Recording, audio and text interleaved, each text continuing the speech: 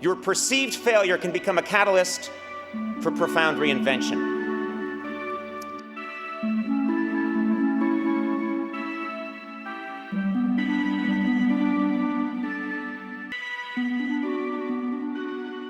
"11 years ago, I gave an address to a graduating class at Harvard. I have not spoken at a graduation since because I thought I had nothing left to say. But then 2010 came because I learned a hard but profound lesson last year, and I have to share it with you.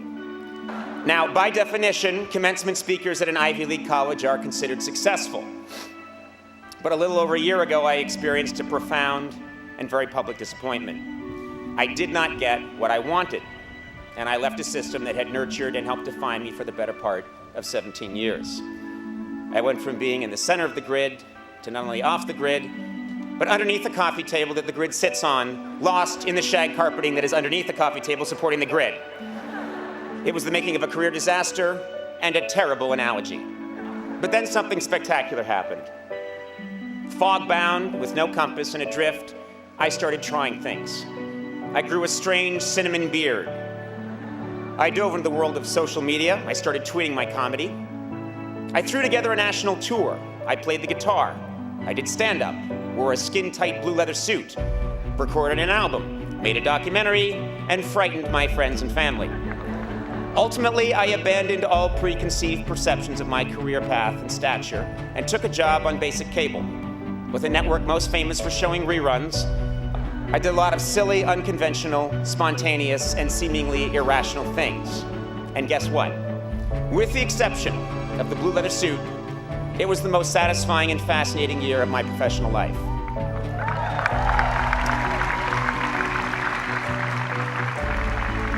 To this day, I still don't understand exactly what happened, but I have never had more fun, been more challenged, and this is important, had more conviction about what I was doing. How could this be true? Well, it's simple. There are few things more liberating in this life than having your worst fear realized.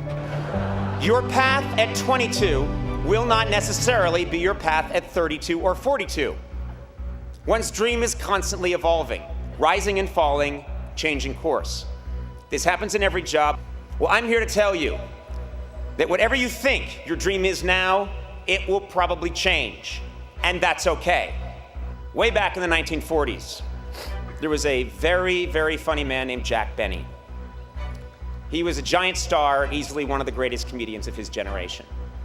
And a much younger man named Johnny Carson wanted very much to be Jack Benny. In some ways he was, but in many ways he wasn't. He emulated Jack Benny, but his own quirks and mannerisms, along with the changing medium, pulled him in a different direction. And yet, his failure to completely become his hero made him the funniest person of his generation. David Letterman wanted to be Johnny Carson, and was not. And as a result, my generation of comedians wanted to be David Letterman. And none of us are. My peers and I have all missed that mark in 1,000 different ways. But the point is this: it is our failure to become our perceived ideal that ultimately defines us and makes us unique.